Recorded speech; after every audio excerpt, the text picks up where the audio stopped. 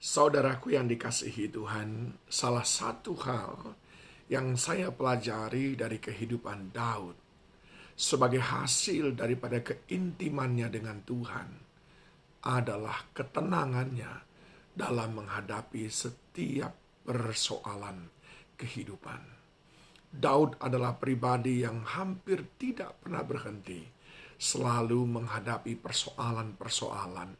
Dari sejak menjadi gembala di padang belantara, dia menghadapi persoalan binatang buas yang siap menerkam ternak-ternaknya, bahkan menerkam dia sendiri. Lalu berhadapan dengan saudara-saudaranya yang sama sekali tidak memperhitungkan dia. Belum lagi berhadapan dengan Goliat. Sesudah berhadapan dengan Goliat, dia berhadapan dengan Saul. Sesudah berhadapan dengan Saul, dia berhadapan dengan berbagai macam pemberontak. Bahkan dia berhadapan dengan anaknya sendiri, Absalom, yang ingin membunuh dia.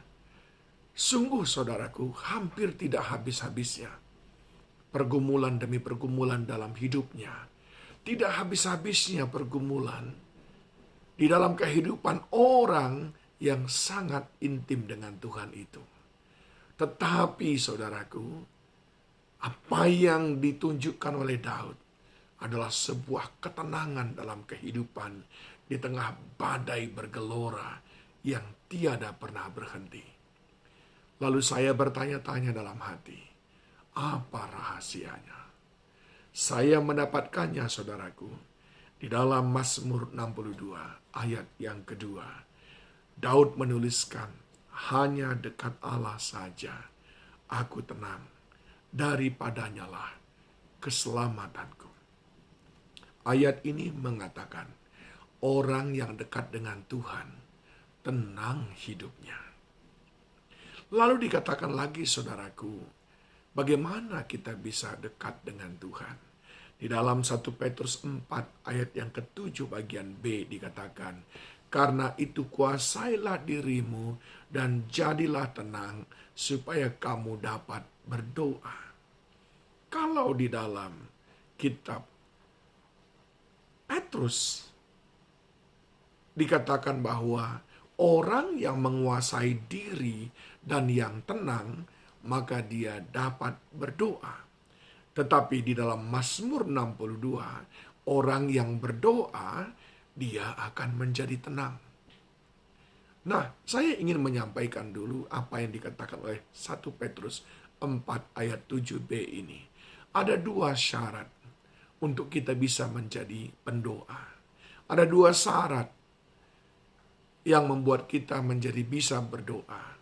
Atau kalaupun kita balik umpamanya, kalau orang suka berdoa, dia pasti menguasai diri. Dia pasti memiliki penguasaan diri. Itu yang pertama. Dan yang kedua adalah, kalau orang suka berdoa, maka dia hidupnya pasti tenang. Karena ketika dia menguasai diri dan hidupnya tenang, maka selanjutnya dia bisa melakukan ibadah-ibadahnya.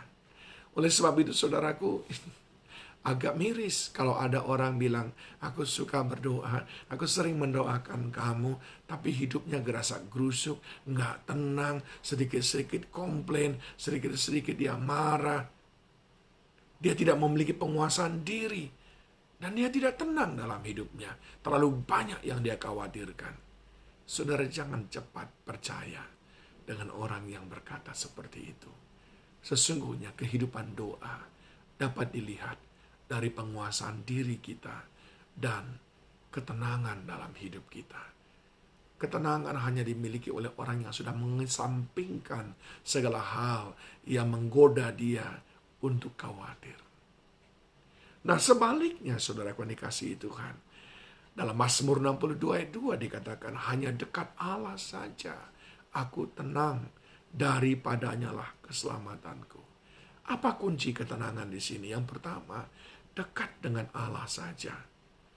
Bukankah dalam Mazmur 84 ayat 2 dan 11 dikatakan, betapa disenangi tempat kediamanmu ya Tuhan semesta alam. Sebab lebih baik 1 hari di pelataranmu daripada 1000 hari di tempat lain. Lebih baik berdiri di ambang pintu rumah Allahku daripada diam di kemah-kemah orang fasik.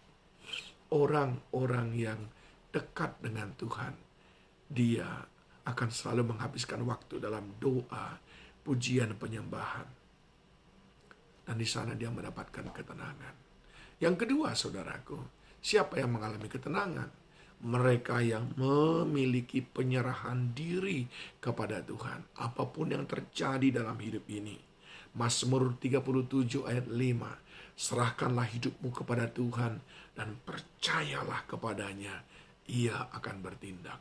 Kita menjadi tenang, ada banyak persoalan, tapi kita tahu waktu kita menyerahkan semuanya kepada Tuhan, di sana ada jalan keluar, sebab Dia bertindak dan padanya tidak ada yang mustahil.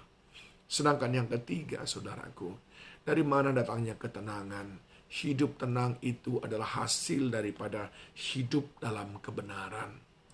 Ketika kita hidup benar, tiada yang perlu kita khawatirkan. Orang suka atau tidak suka tidak lagi menjadi persoalan. Yang penting kita hidup benar di hadapan Tuhan. Kita sudah tidak lagi fokus kepada penilaian manusia. Yang kita mau adalah menyenangkan hati Tuhan. Sebagaimana lagu yang kita sering nyanyikan, menyenangkanmu, hanya itu kerinduanku. Yesaya 32 ayat 17 berkata, di mana ada kebenaran, di situ akan tumbuh damai sejahtera. Dan akibat kebenaran ialah ketenangan dan ketenteraman untuk selama-lamanya. Orang yang hidupnya tenang, dia pasti dekat dengan Tuhan. Orang yang dekat dengan Tuhan, dia pasti hidup tenang. Orang yang menguasai dirinya dan memiliki ketenangan, dia pasti suka berdoa. Orang yang berdoa akan menguasai dirinya dan tenanglah hidupnya. Tuhan Yesus menolong kita.